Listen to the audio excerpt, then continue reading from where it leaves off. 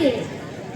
छत्रपती शिवाजी महाराजांसाठी आपल्या घरादारावर तुळशीपत्र ठेवून आपला देह स्वराज्यासाठी अर्पण करणार असा ते धान्य वाघ म्हणजे शिवकाशी.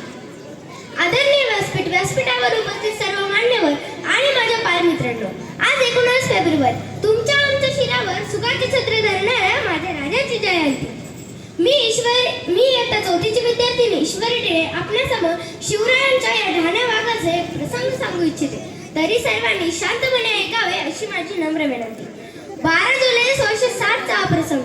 छत्रपती शिवाजी महाराज पन्हाळा किल्ल्यावर सिद्धिजवळच्या वेढ्यात अडकलेले होते. तब्बल 6 महिने होत आले होते, पण बाहेर पडण्याचा काही मार्ग सापडत नव्हता. अशातच महाराजांना वाटले की ही लढाई शक्तीची नसून युक्तीची आहे. त्यांनी लगेच त्यांच्यासारखे दिसणाऱ्या मावळ्याला बोलावणं धाडलं. तो हुबेहूब महाराजांसारखा दिसायचा. एवढंच नाही तर त्याचं चालणं, बोलणं, बसणं, उठणं सगळं एकदम महाराजांसारखं. तो मावळा होता शिवकाशी. महाराजांनी सगळी कल्पना शिवकाशीत सांगितली. शिवकाशीचे ऊर भरून आले, डोळ्यात पाणी तरळले. महाराजांची रूप घ्यायला तो एका पायावर तयार झाला. महाराजांनी त्याला आपल्या छातीशी कवटाळले.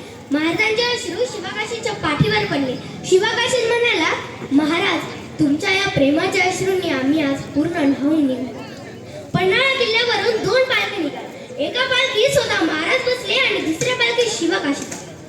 महाराजांची पालखी चोर वाटेने विशाळ गडाकडे निघाली आणि शिवकाशीची पालखी गडाच्या महादरवाजाकडे निघाली.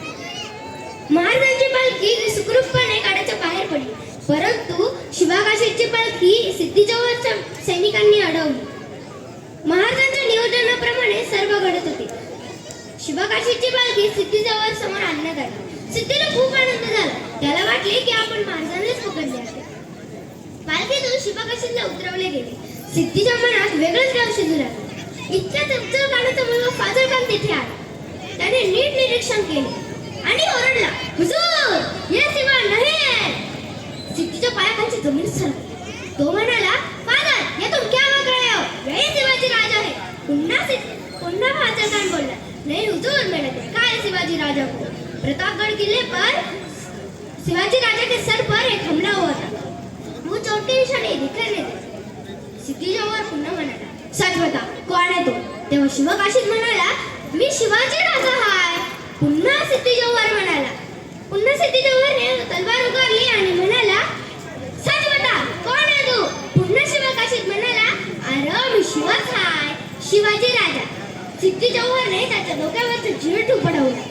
बघितले डोक्यावरचं खंब नाही, लगेच दुसरा वर त्याच्या मानेवर केला गेला.